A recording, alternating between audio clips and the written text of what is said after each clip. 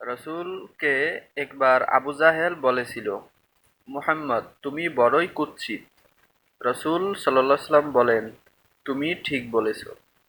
হযরত ওমর রাযিয়াল্লাহু তাআলা আনহু প্রতিবাদ করে বললেন, আপনি পূর্ণিমার চাঁদের চেয়েও সুন্দর।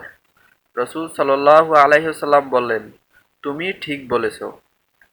হযরত আবু বকর রাযিয়াল্লাহু তাআলা আনহু বলেন, রাসূল সাল্লাল্লাহু আলাইহি সাল্লাম আপনি দুজনকেই বললেন, ঠিক বলেছ। এর অর্থ কি? রাসূল সাল্লাল্লাহু আলাইহি ওয়াসাল্লাম বলেন, মানুষ যখন কিছু দেখে তখন তার মধ্যে সে নিজেকেই দেখতে পায়। অর্থাৎ সৌন্দর্য মানুষের অন্তরে বসবাস করে। যে নিজে যত সুন্দর অন্যকে সে তত সুন্দর দেখতে পায়। সুবহানাল্লাহ। যদি ভিডিওটি ভালো লাগলে অবশ্যই শেয়ার করে দিবেন। ধন্যবাদ।